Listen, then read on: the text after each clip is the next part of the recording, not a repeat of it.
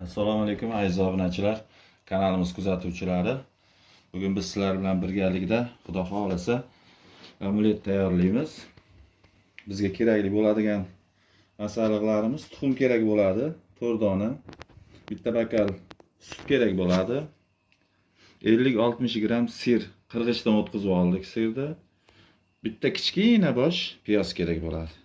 2 dona pomidor, bitta zubchik chesnok, tabga ko'ra ukrop, kashnich, ko'kat ishlatamiz va albatta muzlatilgan bulg'or qalampirlari. Buni ham hozir keragini olib ishlatamiz. Ishimizni bismillahirrohmanirrohim deb piyozimizni, bir dona piyozimizni to'g'rashdan boshlaymiz.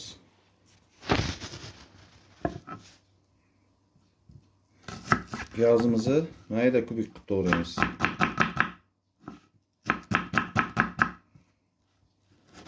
Juda mayin qilib to'g'rab olamiz.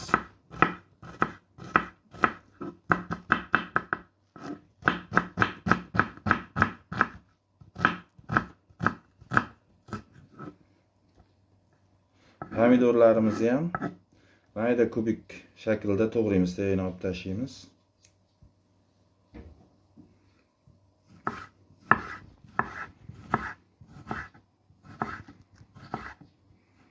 Ertalabki nonushtaga juda ham yaxshi bo'ladi. Ham tez tayyor bo'ladi.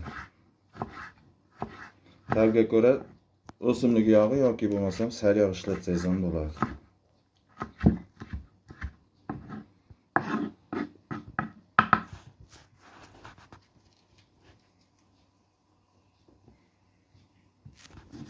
Pomidorlarni shu tarzda to'g'rab olamiz, mayda kubik qilib.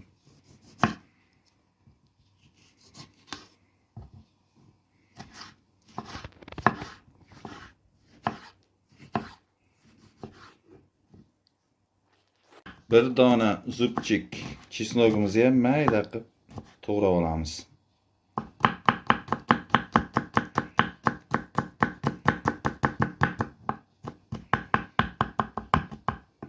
Yana pomidorlarimizni ustiga qo'shib olamiz.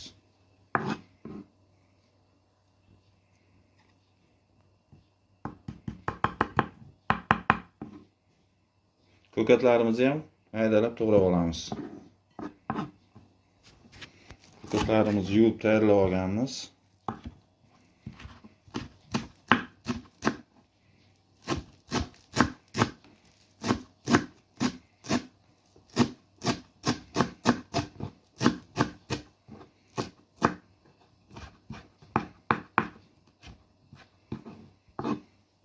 Shu tarzda to'g'rab oldik ko'katlarimizni ham.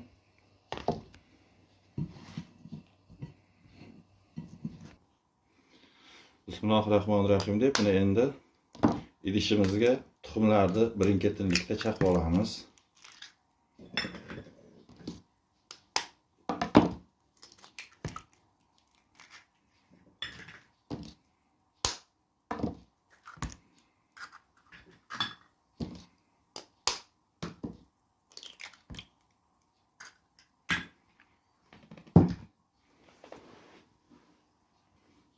Tabga ko'ra tuzimizni solamiz. Xohlasangiz qora maydalangan murch solsangiz ham bo'ladi va sutimizni quyib olamiz.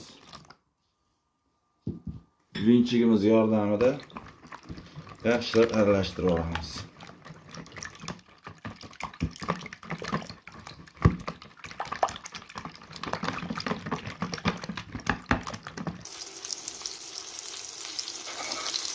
Skоворodkamizga ozgina salat yog'i bilan sariyog'imizni qo'shib eritib olamiz.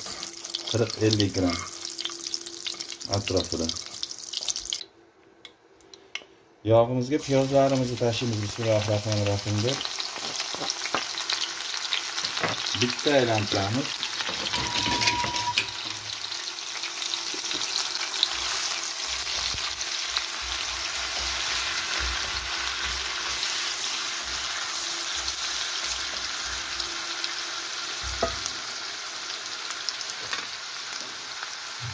Muzlatilgan bulg'or qalampirni ham tashlaymiz.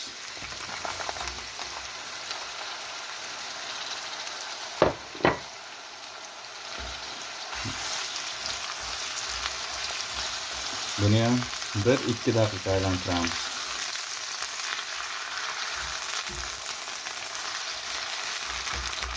Tabga ko'ra ozgina tuz beramiz.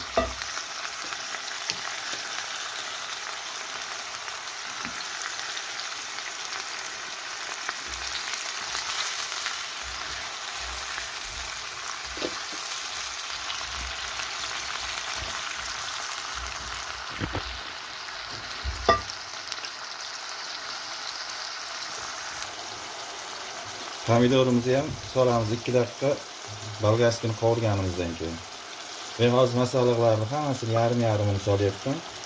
Chunki 2 marta pishirib olaman. Pomidorimizni ham bitta aylantiramiz.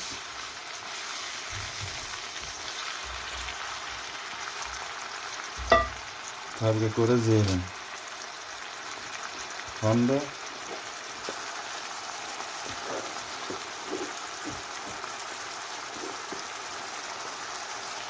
tuxumni quyamiz. Chaqlagan tuxumimizni yarmini mo'ljallab.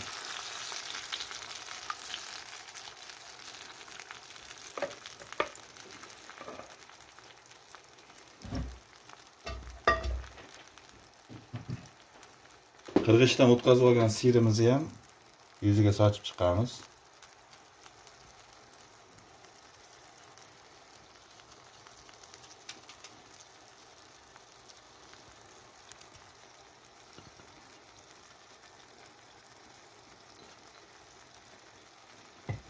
Yuzini yopib qo'yamiz.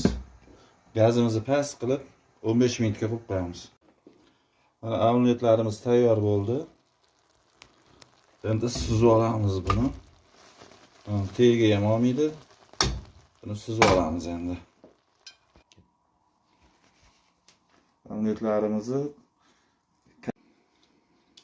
Omletlarimizni kesib oldik. Endi buni kesib chiqsak ham bo'ladi.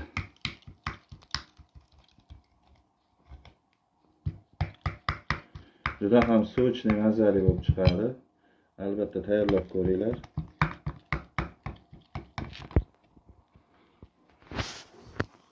Hammaga yoqimli ishtaha, ketkazgan vaqtinglarga rozi bo'linglar. Ertalabki nonushtaga albatta tayyorlab ko'ringlar. Kommentariyada izohlaringizni kutib qolamiz. Sog' salomat bo'linglar. Xayr hammaga.